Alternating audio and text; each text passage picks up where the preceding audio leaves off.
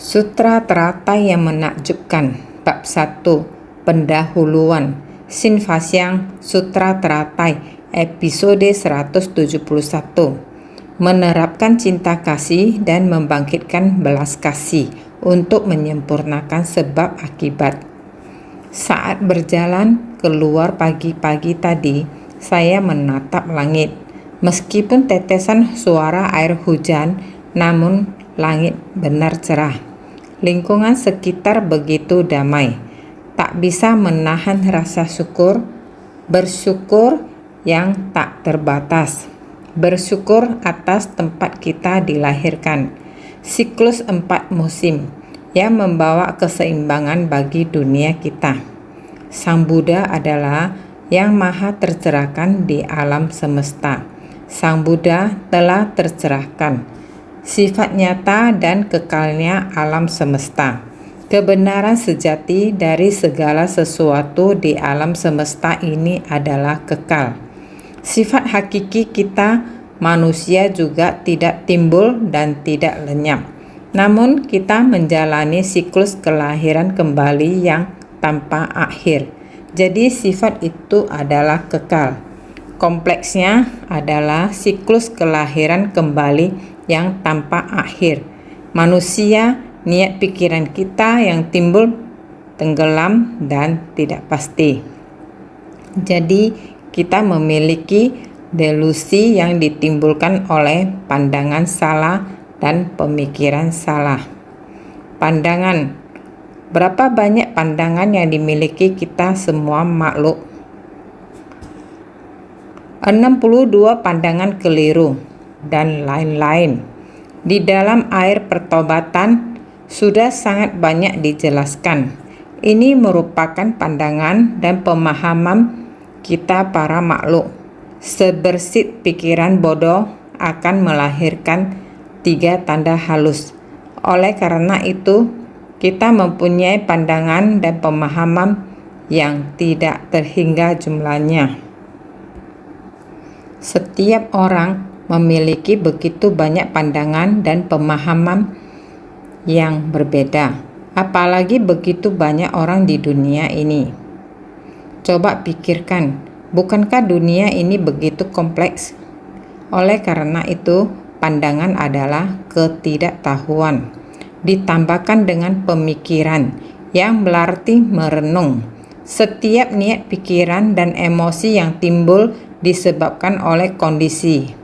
Lihatlah antar sesama manusia, benih dan kondisi baik dan buruk yang saling berkaitan.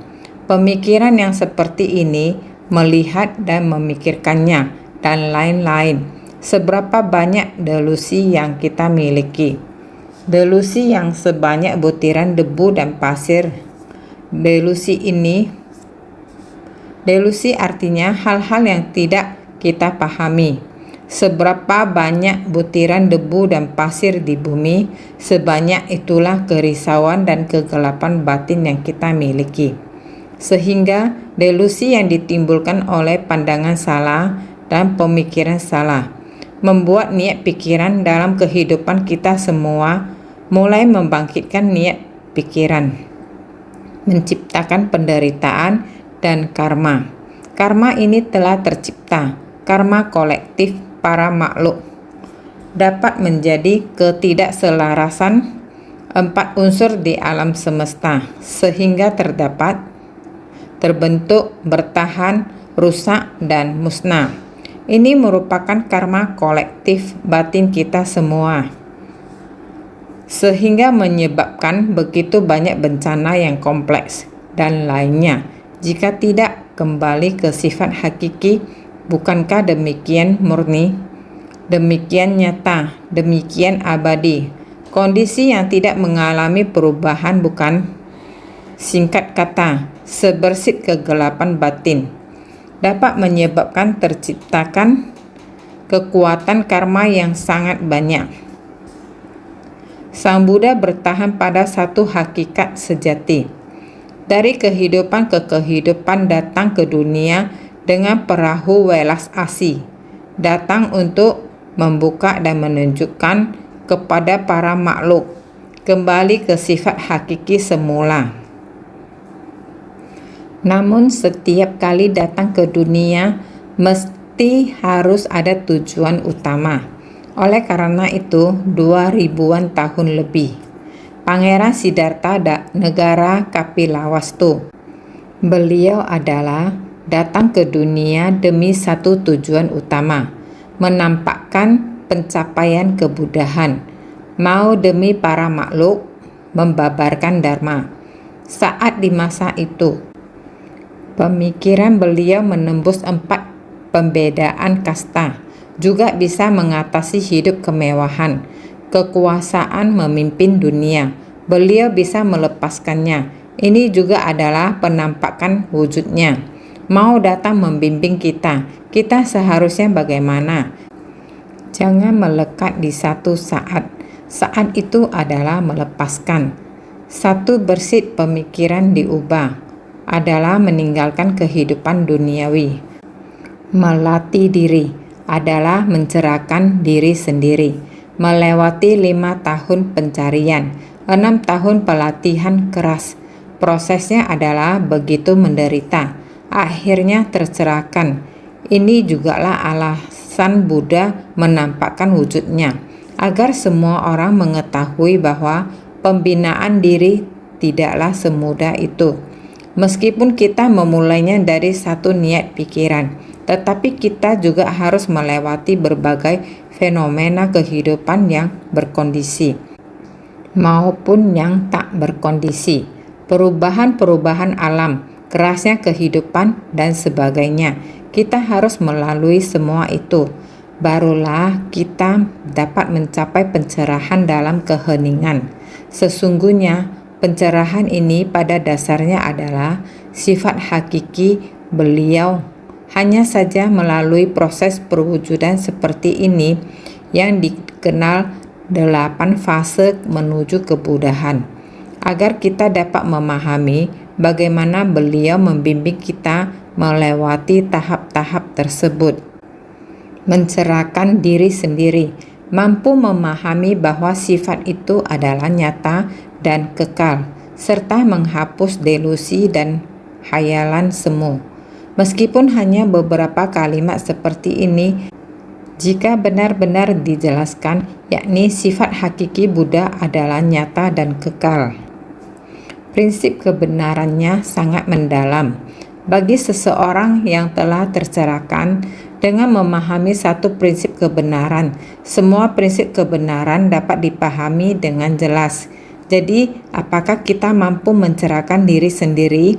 Setelah mencerahkan diri sendiri, kita harus melenyapkan delusi yang ditimbulkan oleh pandangan salah dan pemikiran salah. Kita harus melenyapkannya. Delusi yang ditimbulkan oleh pandangan salah dan pemikiran salah adalah segala sesuatu yang keliru dan semu. Ketika kita mampu melenyapkan pikiran-pikiran yang keliru dan semu ini, maka secara alami kita dapat kembali kepada sifat hakiki diri kita. Tidak hanya mencerahkan diri sendiri, kita juga harus mencerahkan orang lain. Mencerahkan orang lain, mampu menerapkan cinta kasih tanpa syarat untuk menuntun para makhluk. Ini merupakan tujuan Sang Buddha datang ke alam manusia, demi untuk membimbing para makhluk, yakni menerapkan cinta kasih dan membangkitkan belas kasih. Jadi dikarenakan memiliki hati cinta kasih ini, itulah maha cinta kasih tanpa syarat, maha belas kasih dengan perasaan sepenanggungan. Tidak tega para makhluk kebingungan. Tidak tega para makhluk terus tiada hentinya menciptakan karma di dunia. Sehingga Sang Buddha melihat penderitaan para makhluk yang banyak sekali. Beliau ingin datang untuk menerapkan. Kita manusia dari semenjak yang tidak berawal dahulu, sifat hakiki kita pada dasarnya memang sudah ada. Tetapi kita telah tersesat, tidak mengetahuinya lagi. Jadi Sang Buddha datang untuk menerapkan, membiarkannya berputar kembali lagi. Sang Buddha tiada hentinya bolak-balik datang ke dunia. Jadi bolak-balik datang ke dunia ini adalah menerapkan kewelas asihan beliau, maha cinta kasih, maha belas kasih, maha sukacita, dan maha keikhlasan beliau. 4 sifat luhur untuk datang ke dunia. Jadi ini disebut mencerahkan orang lain. Adalah untuk tanpa syarat, untuk menuntun para makhluk. Para makhluk ini bukan hanya manusia saja, namun seluruh makhluk hidup. Manusia yang paling berkuasa adalah semua makhluk. Bila kita hendak membiarkan mereka hidup leluasa di muka bumi, mengikuti jalinan jodoh dari karma mereka, mereka terlahir dalam wujud yang beraneka ragam. Apakah mereka dapat hidup leluasa? Ini semua tergantung kepada manusia. Jika umat manusia dapat menumbuhkan niat hati maha belas kasih dengan perasaan sepenanggungan ini, tentu kita akan menghormati makhluk hidup lain dan tidak akan membunuh mereka. Maka Buddha datang untuk membimbing para makhluk, adalah hendak membangkitkan welas asih dari semua orang. Jadi Buddha menjadi teladan bagi para makhluk dan menerapkan maha cinta kasih tanpa syarat. Datang ke dunia untuk menolong para makhluk. Datang untuk mempraktikkan welas asih secara universal. Tidak tegah akan penderitaan para makhluk. Jadi dia mesti mencapai pencerahan sempurna. Bila dapat mencerahkan diri sendiri dan orang lain, maka tentu kita dapat mencapai pencerahan yang sempurna. Pencerahan sempurna. Setelah membina diri selama banyak kalpa, benih sebab sempurna dan buah pencapaian terpenuhi dinamakan sebagai Buddha yang maha tercerahkan. Untuk memiliki praktik pencerahan telah sempurna, kita harus membina selama banyak kalpa. Harus melewati pelatihan diri selama banyak kalpa. Kita sebagai makhluk awam tidak mencapai pencerahan setelah membina diri pada kehidupan kali ini, kita dapat membina diri pada kehidupan ini. Merupakan akumulasi dari kondisi pada masa lampau. Sekarang, kita dapat menerima pengajaran Dharma dari Buddha. Dari memahami semuanya, hanya dalam sekali mendengar, karena pada masa lampau kita pernah mendengar dan memahami Buddha Dharma.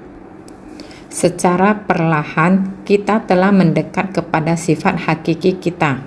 Setelah mendekat, kita memahami kondisi dari tercerahkan.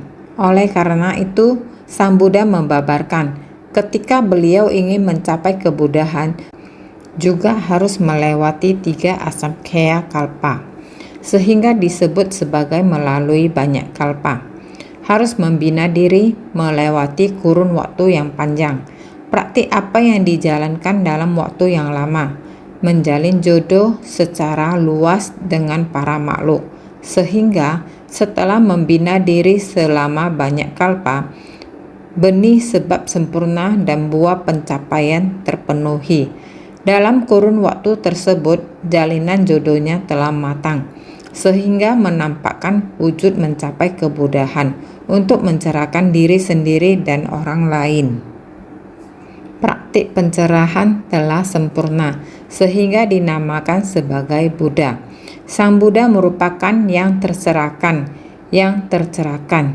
yakni telah menyadari semua prinsip sejati kebenaran di alam semesta. Maka, pelatihan diri mencapai kesadaran. Buddha datang ke dunia ini dan selama 49 tahun membabarkan Dharma. Sepanjang waktu tersebut, beliau dengan penuh kesabaran dan bertahap membimbing serta menuntun para makhluk hidup. Berbagai ajaran yang disampaikan sebelumnya disesuaikan dengan kapasitas dan kemampuan penerimaan masing-masing makhluk. Dengan cara demikian, beliau perlahan-lahan menuntun mereka menuju jalan yang benar. Namun, waktu tidak dapat dihentikan. Akhirnya, saat Buddha akan memasuki parinirwana pun semakin mendekat. Oleh karena itu, beliau secara langsung meninggalkan metode terampil, mengungkapkan harapan mendasarnya dan membabarkan dharma sejati. Karena itu, Sutra Teratai merupakan ajaran yang mengungkapkan harapan mendasar Buddha. Pada saat itulah beliau mulai menyampaikan apa yang sesungguhnya ingin beliau katakan kepada semua orang, yaitu membuka dan menunjukkan, dengan harapan agar semua makhluk dapat menyadari dan memasuki kebenaran tersebut. Tujuannya tidak lain adalah agar setiap orang mencerahkan diri sendiri dan mencerahkan orang lain. Setiap orang mencapai pencerahan sempurna. Inilah tujuan utama Buddha datang ke dunia manusia. Oleh sebab itu, dalam persamuhan Sutra Teratai, Buddha memasuki samadhi dan memancarkan cahaya. Sebelum Buddha membabarkan Sutra Teratai tanpa diucapkan.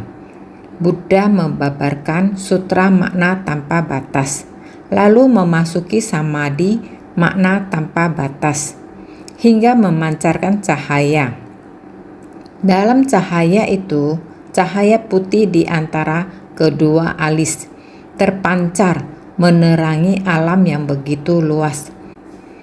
Bukankah ini berarti wujud kebenaran sejati dari alam semesta?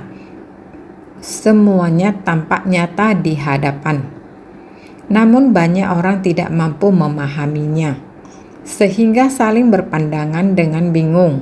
Sebenarnya Dharma Agung apa yang hendak Buddha sampaikan kali ini?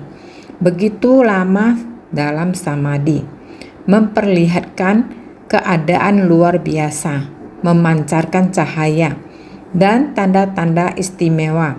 Mengapa Buddha masih belum keluar dari samadhi? Dharma apakah yang hendak dibabarkan? Semua orang saling memandang dengan penuh tanda tanya. Saat itu, Bodhisattva Maitreya memahami perasaan semua orang, lalu mulai mencari Bodhisattva Manjusri. Ia tahu bahwa Bodhisattva Manjusri adalah yang paling unggul dalam kebijaksanaan di antara para bodhisattva. Terlebih lagi, Bodhisattva Manjusri adalah guru dari 7 Buddha. Beliau membimbing 7 murid yang dibimbing telah menjadi Buddha.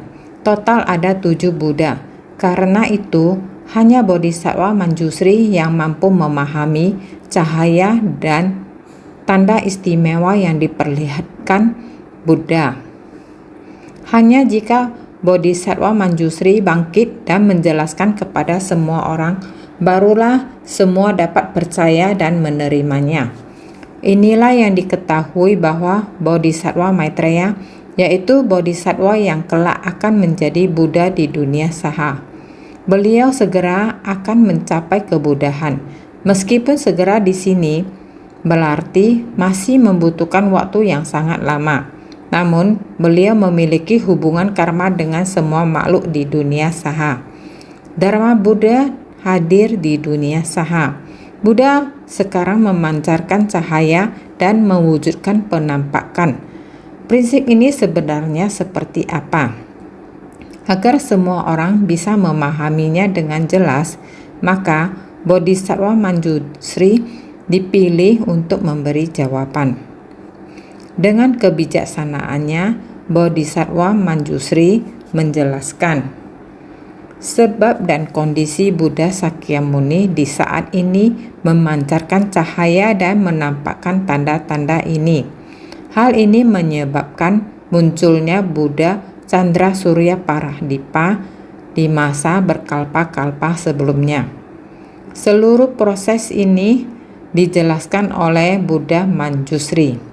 Dan bagian sutra ini memang cukup panjang. Karena waktunya sangat panjang, proses mencapai kebudahan memerlukan benih dan kondisi pendukung yang besar, yang berarti membutuhkan waktu yang sangat lama. Ini menunjukkan bahwa waktu bersifat kekal. Waktu Sering dikatakan bahwa waktu itu tidak kekal, namun sebenarnya waktu bersifat abadi. Berapa banyak kalpa yang terlalu berlalu? Sebelum Buddha Chandra Surya Pradipa, sudah ada masa lampau tak terhitung jumlah kalpanya. Jika kita memikirkan rentang waktu yang demikian panjang, bukankah itu menunjukkan kekekalan? Karena itu, saya sering mengatakan kepada semua orang, genggamlah dengan baik pikiran pada saat ini, itulah waktu yang kekal. Hakikat kesadaran dan pencerahan kita pada dasarnya memang kekal. Prinsip kebenaran yang nyata dan kekal abadi ini, waktu, dunia manusia maupun ruang di seluruh alam semesta. Kebenaran sejati adalah satu, tetap, nyata, dan kekal. Oleh karena itu, kita harus memahaminya secara tuntas. Waktu terasa berlalu dengan sangat cepat, yang disebut kekekalan. Saya berharap semua orang dapat melihat ke dalam kesadaran diri sendiri, berpegang teguh pada satu niat pikiran kita, sehingga akan bertahan selama kalpa yang tak terhitung jumlahnya. Inilah prinsip yang sangat mendalam dan luas yang disampaikan dalam persamuhan Puncak Burung Nasar. Berharap setiap orang senantiasa lebih bersungguh hati.